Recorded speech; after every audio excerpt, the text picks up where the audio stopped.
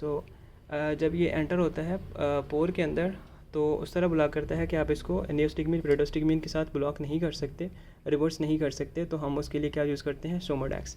Now we will discuss sugammadex. What is sugammadex, its mechanism of action, adverse effects and what are its drug interactions. Sugammadex जो है ये bind कर जाती है रेक्यूरोनियम के साथ और विक्यूरोनियम के साथ.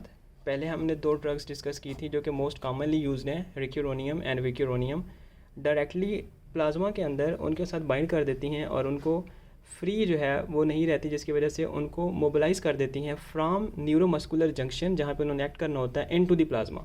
सो एनएमजे से उठा के उनको प्लाज्मा लेके जाती हैं और वहाँ पे उनके साथ बाइंड करके रहती हैं, जिसकी वजह से वो एक्ट नहीं कर पाती. तो ये उनके साथ बाइंड करके डायरेक्टली बाइंड करती हैं और उनको फ्री फॉर्म में नहीं रहने देती, जिसकी वजह से वो एक्ट नहीं कर पाती. अब सोमोडेक्स जो है इसके एडवर्स इफेक्ट्स क्या हो सकते हैं. First of all it can cause anaphylaxis as well as hyper sensitivity. उसके अलावा बाकी नोज़िया, रूराइटिस, यूट्रिकेरिया और ब्रेडिकार्डिया भी काज कर सकती है. और most important it can cause thrombophlebitis as well as coagulopathy. So anaphylaxis, nausea, pruritus, urticaria. So these are the adverse effects of Somadex. Now what are the direct interaction? अगर आपने किसी patient को Somadex दी है और वो patient जो है वो हार्मोनल ओरल कंट्रासेप्टिव्स के ऊपर है, तो हार्मोनल कंट्रासेप्टिव्स आर आल्सो स्टीरॉयड्स.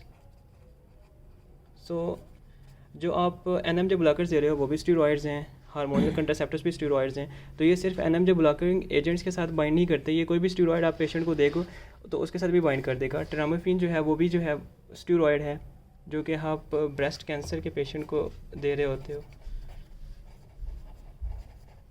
तो ओरल कंट्रासेप्टिव लेने वाली जो पेशेंट्स हैं उनके साथ ये बाइंड करेगी. ओरल कंट्रासेप्टिव्स की पोटेंसी एफिकेसी कम हो जाएगी, तो कंट्रासेप्शन जो है जो उसे चाहिए वो नहीं अचीव हो पाएगी.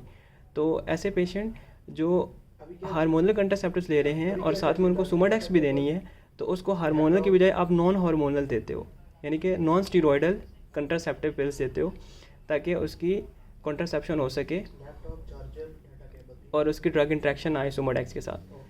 अगर आप एक पेशेंट है जिसको आप ब्रेस्ट कैंसर के लिए ट्रीट कर रहे हो ट्रामाफिन के दे के, तो आपने उसको साथ में सोमोडेक्स भी दे दी है, तो सोमोडेक्स और ट्रामाफिन के साथ बाइंड कर जाएगी.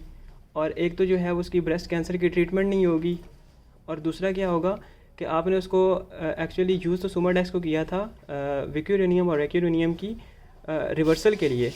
तो रेक्यूरेनियम और वेक्यूरेनियम जो है वो भी क्या हो जाएंगी, फ्री फॉर्म में प्लाज्मा में पड़ी रहेंगी, और साथ में वो जाएंगी उसमें न्यूरोमस्कुलर ब्लॉकिंग अपनी साइड पे जाएंगी और वहाँ पे मसल की रिलैक्सेशन भी काज करवाएंगी, और पैरालिसिस जो है मसल का और रिलैक्सिंग इफेक्ट उसका कॉन्टीन्यूस हो जाएगा, प्रोलॉन्ग हो जाएगा.